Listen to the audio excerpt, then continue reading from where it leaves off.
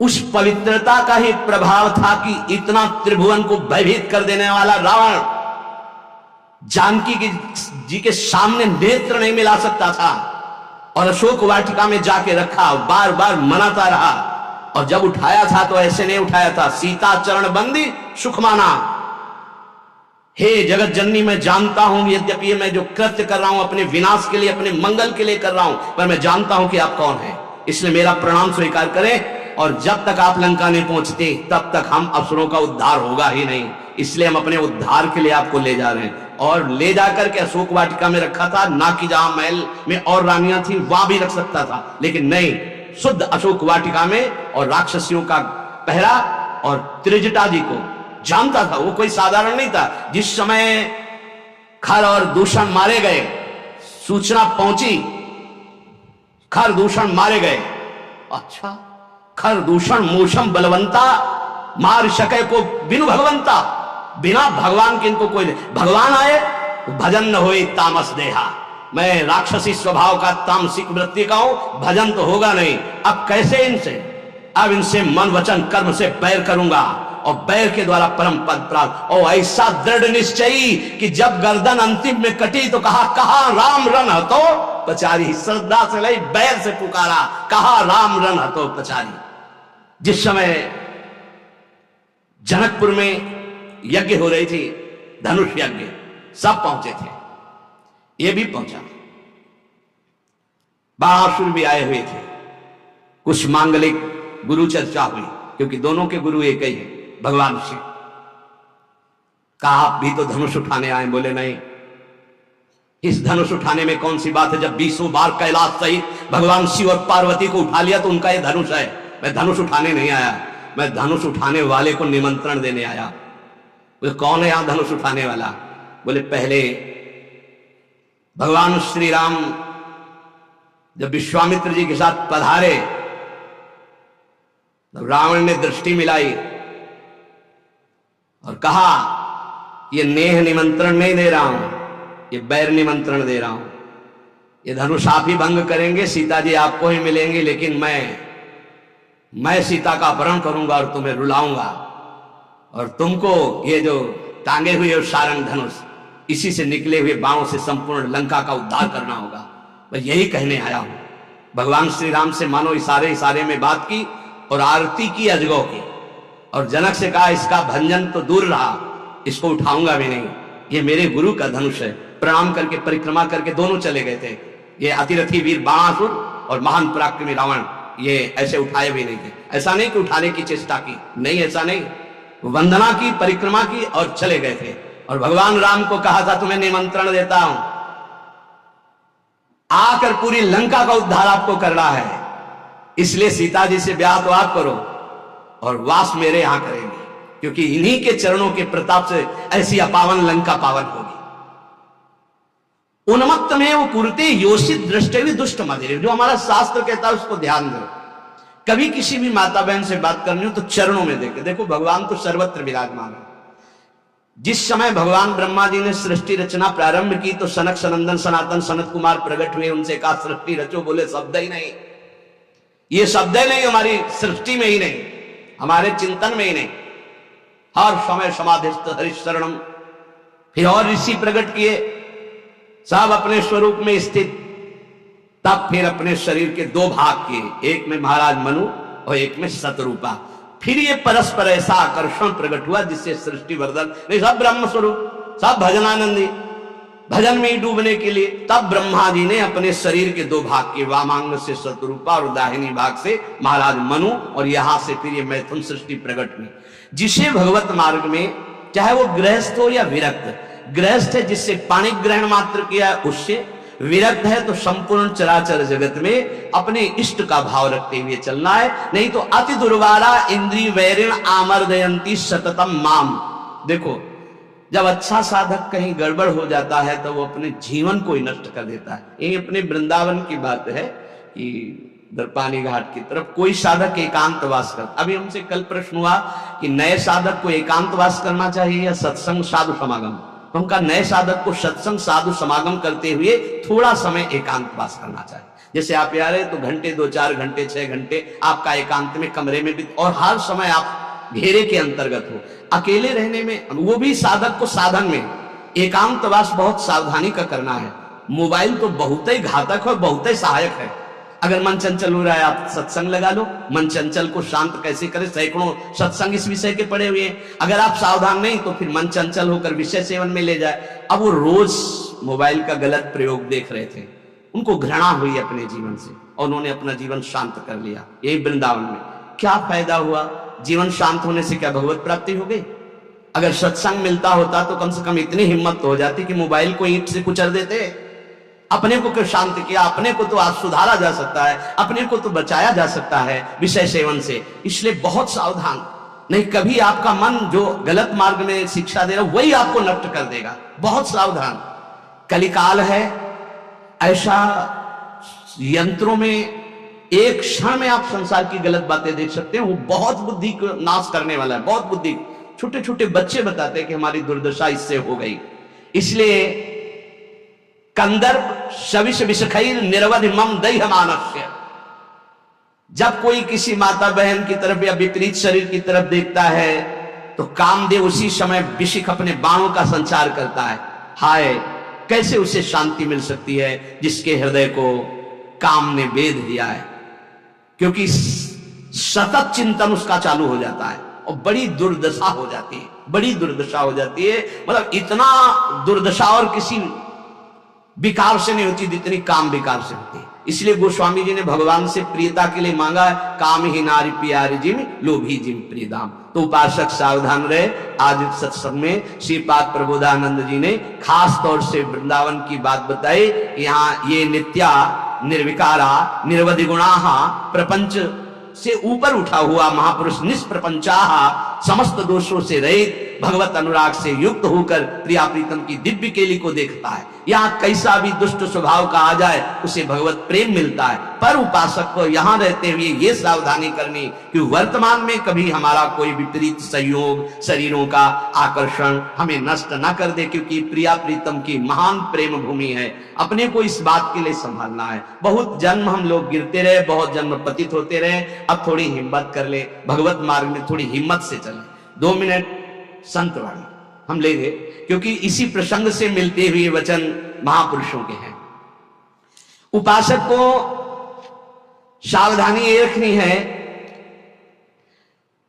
कि जब तक तुम्हारे शरीर में बुढ़ापा नहीं आता, कोई असाध्य रोग नहीं हो जाता, तुम्हारी इंद्रियां बलवान हैं, तब तक तुम अपनी इंद्रियों को गलत आचरणों में मत उतारो और अपने कल्याण के लिए उपाय कर लो। नहीं बुढ़ापे में या असाध्य रोग में या इंद्रियां जब निर्बल हो जाएंगी तब तुम कुछ नहीं कर पाओगे।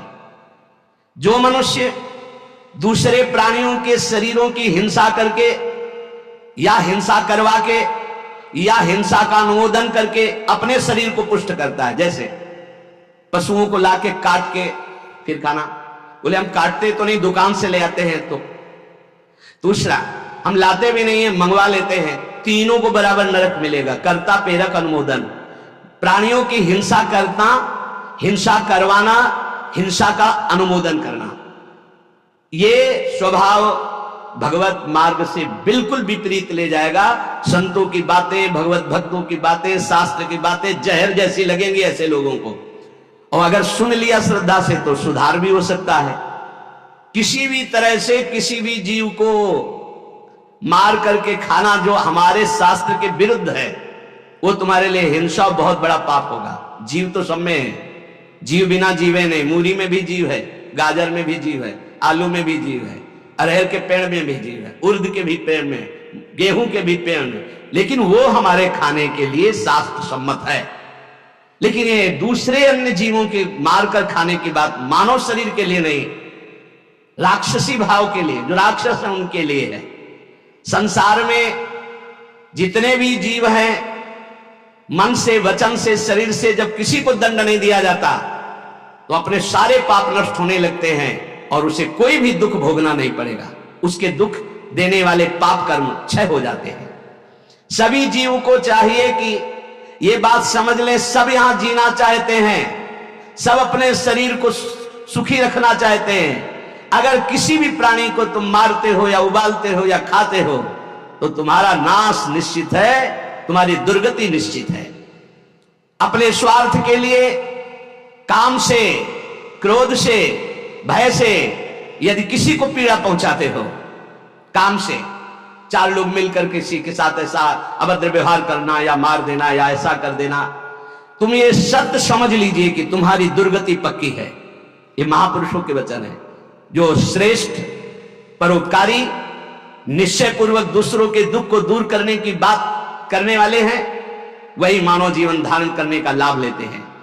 क्रोध से, लोभ से, भय से या हास्य से भी पापकारी बात कभी मत करो। पाप वाली बात हंसी मजाक में भी मत बोलो। जो साधक आत्मज्ञान प्राप्त करना चाहता है उसे चाहिए सत्य बोले, परिमित बोले, थोड़ा बोले और संशय रहित बोले, परिपूर्ण स्पष्ट बोले, अनुभूत बोले और वाणी को चंचल ना होने दे, मर्यादा से बोले। ऐसा बोलने वाला साधु परमार्थ की उन्नति को प्राप्त होता है। सत्य बोले, थोड़ा बोले, संशय रहित बोले, परिपूर्ण स्पष्ट शास्त्र सम्मत बोले, जो बोले अनुभव से बोले, वाचालता रहित होकर बोले, वो परमार्थ का पथिक होता है। जो भाषा सत्य है पर कठोर है, दूसरे को दुख पहुंचा रही है, बड़ी रूखी बात है, वो नहीं बोलनी चाहिए। जिसे आत्मशोधन करना है उसे ब्रह्मचर्य रहना ही है, इसीलिए इसको शुरू किया। जिसे ब्रह्मचर्य रहना है उसे शरीर को चिकना बनाना, श्रृंगार करना, यह सब छोड़ देना चाहिए। अभी कुछ दिन बाद शरीर छूट जाएगा, फिर लकड़ी में जलेगा भाई। चाहे जितना इसे पाउडर लगा लो, चाहे जितना इत्र छिड़क लो, आग में जले कुछ दिन। बोले कुछ दिन क्यों, अभी तो हम 30-40 साल ऐसे निकल गए। ऐसे अब पता नहीं 30-40 साल है कि नहीं है, ऐसे निकल जाएंगे। ब्रह्मा जी के यहाँ कमल की पंखुड़ी में जितने में सुई छेदो उतने में 1 वर्ष हो गया। अपने 100 वर्ष कितने हुए, 100 बार ऐसे ब्रह्मलोक में करे तो हो गया। अपने शरीर को ज्यादा श्रृंगार, सुख, सुविधा, प्यार मत दो। जितने से भजन बन जाए, धर्म बने, उतने ही दो। स्त्रियों का काम भाव से स्पर्श करना, संभाषण करना, देखना छोड़ दे। यदि आत्मशोधन करना है स्त्री साधक को पुरुष साधक से, काम भाव से, कैसे, किसी भी तरह से। बहुत सावधानी का विषय से आपको खुद निर्वाह करना है, कोई दूसरा निर्वाह करने वाला नहीं, दूसरे को सफाई देने की जरूरत नहीं। तीसरी बात, पहला है शरीर का श्रृंगार, दूसरा है स्त्रियों से संसर्ग, संभाषण, बातचीत आदि आदि। तीसरा है पौष्टिक और स्वादिष्ट भोजन। ये महान भयंकर हैं 3 बातें जो साधक को नष्ट कर देती है। शरीर का श्रृंगार करना, माताओं बहनों से काम भाव से युक्त होकर किस तरह का व्यवहार, बातचीत, ऐसा आप सफाई पेश कर सकते हैं। भैया सफाई पेश करने की बात नहीं, आप खुद देख लीजिए। आपका अगर दृष्टि ठीक है, आपका भाव ठीक है, आपका व्यवहार ठीक है भगवान को साक्षी करके, तो कोई दोष नहीं है। लेकिन यदि आप अंदर से दूषित हैं तो आप बचिए। और स्वादिष्ट बलिष्ठ भोजन, आत्मशोधन करने वाले उपासक को जरूरत नहीं, कोई जरूरत नहीं। ये घी, रबड़ी, रसगुल्ला, दूध और ये बादाम, पिस्ता, ये गृहस्थों के लिए बने, ये भगवत मार्ग के पथिकों के लिए नहीं। उनके लिए नाम रूपी बल, ब्रह्मचर्य का महान ताकत, एक अद्भुत बल, एक अद्भुत उत्साह, एक अद्भुत तेज बना रहता। बादाम में थोड़ी है, हलवा में थोड़ी है। बादाम हलवा खा के तो बेकार हो जाओगे। शुद्ध सात्विक थोड़ा अन्न एक बार डाल लिया शरीर पोषण के लिए, बस जल, व्यायाम, प्राणायाम, ब्रह्मचर्य, इससे बहुत बड़ा बल प्राप्त होता है। हमें निरंतर मन को वश में करना, मन को वश में करने के लिए ये शारीरिक बल की जरूरत नहीं। शारीरिक बल तो अपने आप बना रहता है। उत्साह, एक आत्मिक शक्ति, एक बल, एक अलौकिकता रहती है, ये निकृष्ट आचरण करने से नहीं। स्वादिष्ट और पौष्टिक भोजन की कोई आवश्यकता नहीं ब्रह्मचारी के लिए। 5 चम्मच उसमें दाल में घी डाल के और इस सब कर, फिर कैसे हजम करोगे। तपस्वी उपासक को चाहिए स्त्री के रूप की तरफ, उसके हास्य की तरफ, उसके मधुवचन की तरफ, उनके संकेत की तरफ, उनके हाव भाव की तरफ, या स्त्री उपासक को चाहिए पुरुष के ऐसे परस्पर चितवन को ना देखे, ना चिंतन करे, ना देखे, ना चिंतन करे। परस्पर विरोधी शरीर को राग पूर्वक देखना, उनके अंग प्रत्यंगों का चिंतन करना, उनकी बातें करना, ये ब्रह्मचर्य कदापि नहीं रह सकते जो ऐसे आचरण वाले लोग हैं। ब्रह्मचर्य व्रत में रत रहने वालों को अत्यंत सावधानी पूर्वक अपनी इंद्रियों को दर्शन, संभाषण, चिंतन से बचाना है। जो भिक्षु ब्रह्मचर्य का आनंद प्राप्त करना चाहता है उसको अच्छे अच्छे पदार्थों के स्वाद पाने वाली जिह्वा पर काबू करना होगा। हाँ, ये जवानी जो है ये व्यतीत होनी चाहिए तपस्या में, जलने में व्यतीत होनी चाहिए, तो बुढ़ापा में वर्षा हो जाएगी। गर्मी के बाद वर्षा आती है ना, जलोगे तपोगे तो वर्षा हो जाएगी। और अगर पहले ही भीजे भोगों में पड़े रहोगे तो बुढ़ापा में सड़ोगे। फिर ध्यान रखना, पक्की बात समझ लो। सड़ना जानते हो किसे कहते हैं? अगर ध्यान हो आपको हितधाम में एक 70-75 वर्ष के वयोवृद्ध वेशधारी जो बोल रहे थे, तो हम दोबारा पुनरावृत्ति नहीं करेंगे बोलने की, वो बोल रहे थे, आप लोगों को ध्यान होगा कि महाराज बचा लीजिए, 75 साल का हूं, ऐसे से ऐसा ऐसा ऐसा। इसलिए ब्रह्मचर्यरत भिक्षुक को चाहिए किसी भी विपरीत शरीर से परिचय न ले, एकांत मिलन की बात ना हो, किसी भी तरह से अपने मन की कमजोरी सामने वाला न जान पावे।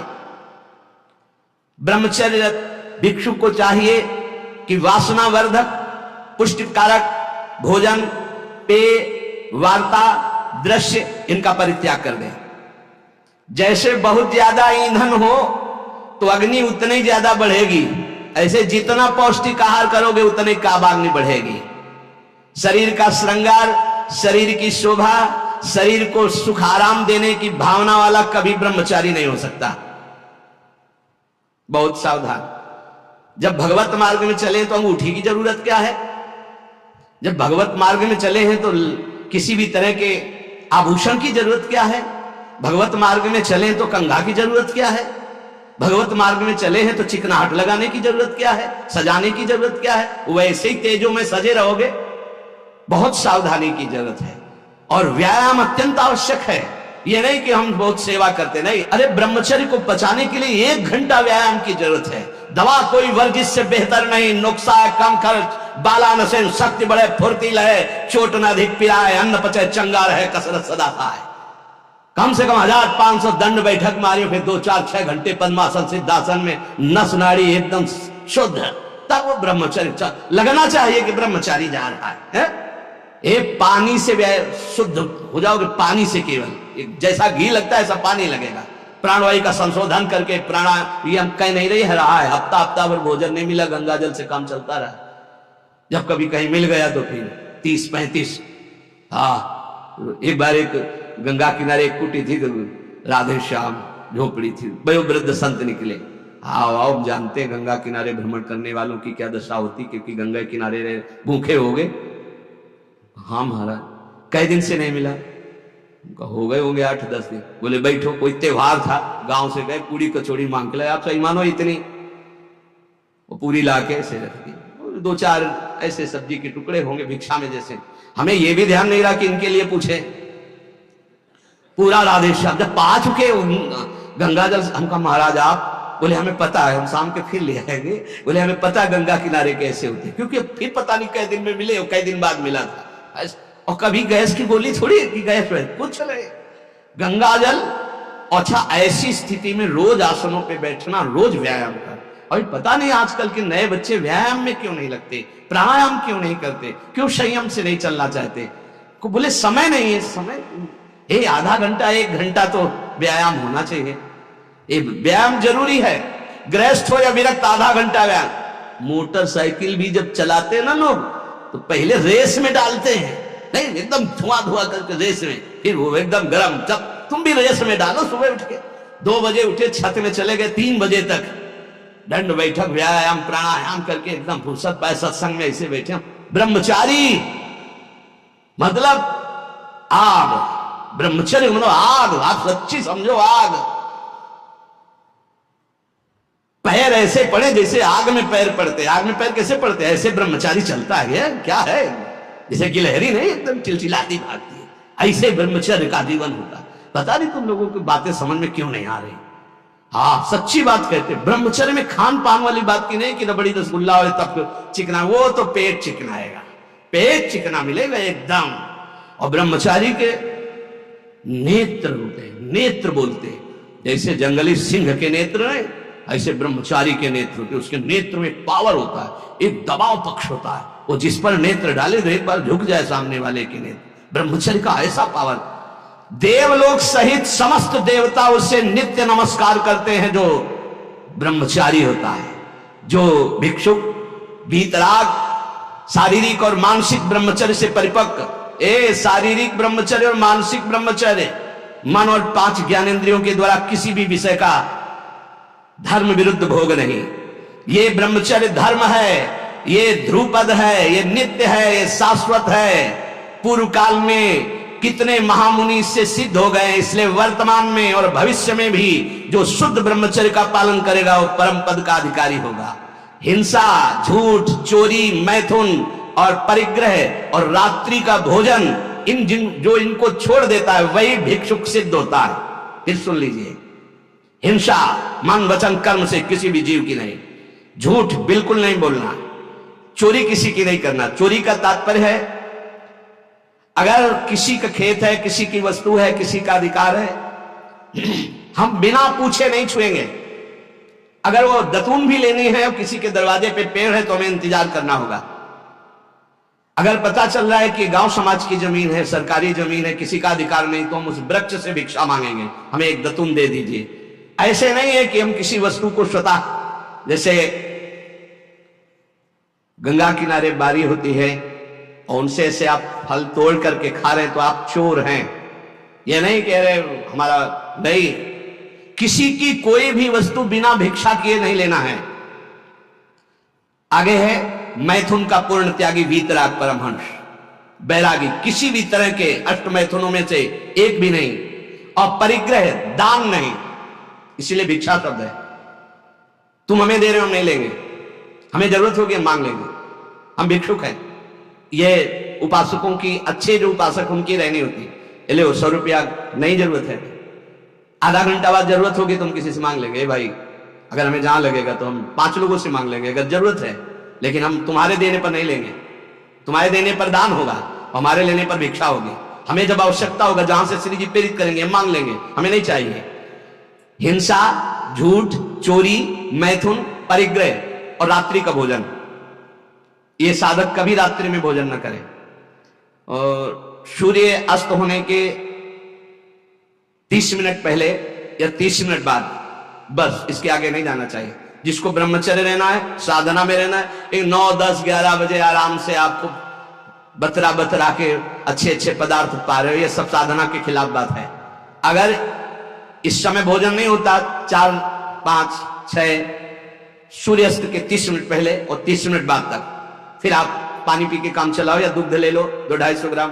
भोजन भरपेट मत करो, क्योंकि हमें 1 बजे रात्रि से जगना है, 2 बजे रात्रि से जगना है, हमें साधना में लगना है। और ठसाठस 11 बजे तक यहाँ पा लिए तो 10-11 बजे तक के लिए वो प्रमाद स्थिति पैदा कर देगा। रात्रि का भोजन निषेध है साधु के लिए, या तो सूर्यास्त होने के पहले या बस सूर्यास्त होने के बाद ही 30 मिनट बाद तक, मतलब 7, बहुत बहुत अधिक 7:30, 8, इसके आगे नहीं। 9, 10, 11, 12 ये सब गृहस्थों की बात अलग। वीतराग परमहंसों का हमने स्वभाव देखा, सूर्यास्त होते होते जो कुछ, बस फिर इसके बाद शांत। ये रात्रि का भोजन तो एकदम निषेध है, 8 के बाद तो पाना ही नहीं चाहिए, ये नियम बना लो। ये 5 कारण होने पर, उपदेश मिलने पर भी वो अपने जीवन में नहीं उतार पाता है। अभिमानी होने से, क्रोधी होने से, प्रमादी होने से, असाध्य रोगी होने से या भोगी होने से, ये 5 दोष होने के कारण गुरुजनों के उपदेश अपने जीवन में नहीं उतार सकता। अभिमानी होने से, क्रोधी होने से, प्रमादी होने से, असाध्य रोगी होने से या भोगी होने से। जो ब्रह्मचर्य नहीं रह पा रहा, जो भोगी है, वो गुरु के उपदेश नहीं धारण कर सकता।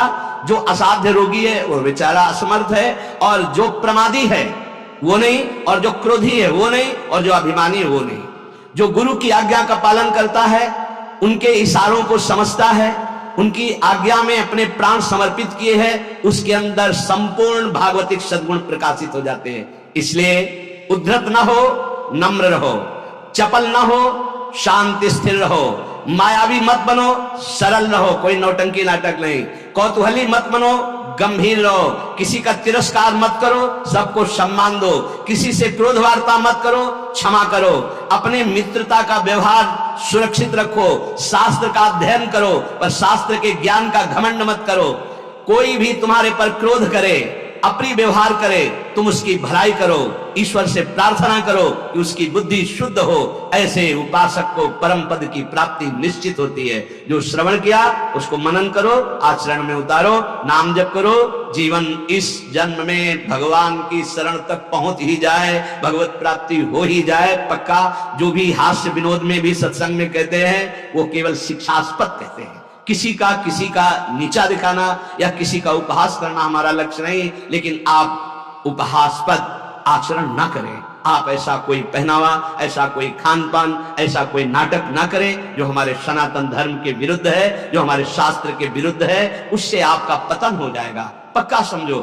बहुत बड़ा प्रभाव होता है सात्विक आहार, सात्विक भेष, सात्विक चिंतन, इससे बहुत उन्नति होती है। और असात्विक आहार, असात्विक भेष, असात्विक मन माने आचरण, इनसे बहुत पतन हो जाता है। इतना पतन हो जाता है, आप सोचो, जिन माता पिता परिवार को प्राणों से अधिक प्यार किया जाता है, बुद्धि भ्रष्ट हो जाती है, काम से पीड़ित होकर वो अपने परिवार के गले काट देता है, भाग जाता है दूसरे पुरुष के साथ या दूसरी स्त्री। ये क्या बुद्धि भ्रष्ट हो गई? जिनकी पूजा करनी चाहिए उनकी हत्या कर देते हैं, जिनको हमें शीश पर आज्ञा उनके शीश उतार लेते हैं। ये बुद्धि भ्रष्ट हो जाती है। आप देख लो, समाज में देख लो क्या हो रहा है। इसीलिए हम अगर विनोद में भी कोई बात कहते हैं तो तुम्हारे मंगल के लिए कहते हैं। किसी को कभी कुछ चुभे, कभी कुछ कोई शब्द चुभे, उसका विचार करना, वो बहुत ही कड़वा होगा लेकिन आपको स्वस्थ करने लायक होगा। जैसे कुछ ऐसी औषधियां होती, कुछ ऐसे चूर्ण होते हैं, बड़े कड़वे होते हैं, नीम जैसे लगते हैं, लेकिन वो आपका परम मंगल करते हैं। इसलिए प्यारे, हमारा किसी को दुख पहुंचाना उद्देश्य नहीं, हमारा उद्देश्य तुम्हें परम सुख प्रदान करना। पर तुम अपनी स्थिति को, अपने धर्म को, अपने आचरणों को भूल गए और मनमानी आचरण कर रहे हो, इसलिए तुम्हें जरूर बुरा लग सकता है। जैसे शास्त्रों में बार बार ये आकर्षण की निंदा की गई। अब अज्ञान के कारण, न जानने के कारण, शास्त्रों को कहते हैं स्त्री की शरीर की निंदा की, तो किसी के शरीर की कोई कौन सी वंदना की गई है? पुरुष का शरीर चाहे स्त्री का शरीर है तो पांच भौतिक परस्पर आकर्षण की निंदा की गई, परस्पर अधर्माचरण की निंदा की गई। अगर आप शास्त्र सम्मत बातों को विचार करके देखें तो आज जो हमारी दुर्दशा हो रही है वो शास्त्र न मानने से हो रही, शास्त्र की आज्ञा का पालन न करने से हो रही। प्रातः काल उठ करके भूमि के चरण छूकर बड़े बुजुर्गों को नमस्कार करके भगवत आराधना करके अपनी दिनचर्या में जाते, उनका देखो कैसा आचरण होगा। जो सुबह से ही उठे गंदे आचरणों का चिंतन, गंदी वार्ता, गंदी क्रियाएं, पशुता छा गई है। इसलिए प्यारे, आज किसी भी प्रलोभन से यदि हमारा मन लुभायमान होगा तो हम शास्त्र की सही बात तुम्हें नहीं बता पाएंगे। और अगर हमारा उद्देश्य आपको भगवत प्राप्ति कराना है, आपका मंगल कराना है, तो निर्भय होकर दहाड़ते हुए आपसे कहेंगे, और आप प्यार से सुन लेना। थोड़ा कड़वा लगेगा लेकिन आपको बहुत ठीक कर देगा। ये सुदर्शन चूर्ण है, बड़ा कड़वा होता है सुदर्शन चूर्ण, लेकिन जिसका बुखार ना उतरता हो, नियम से सुदर्शन चूर्ण पाए, उसका बुखार उतर जाएगा। ऐसे ये जो माया का बुखार है ना, सत्संग रूपी सुदर्शन चूर्ण पाओगे, ये उतर जाएगा। नाम जप करो, सत्संग में कभी बुरा मत मानना। साधु शास्त्र और गुरुजनों की बातें ये सदैव परमार्थ की उन्नति पर चाहने वाली होती है। एक बार हृदय को सुनाना, ऐसा कि कड़वा सुन करके मुझे विचार हो कि मेरे जीवन में गंदगी क्या है और उसे दूर कर